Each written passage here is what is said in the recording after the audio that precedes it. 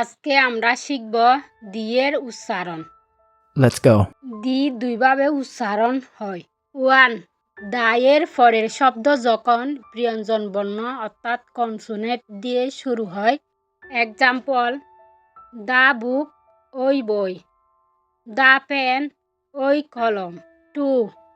দিয়ের পরের শব্দ যখন স্বরবর্ণ ভাওয়েল এ, ই, আই, উ, ইউ দিয়ে শুরু হয়।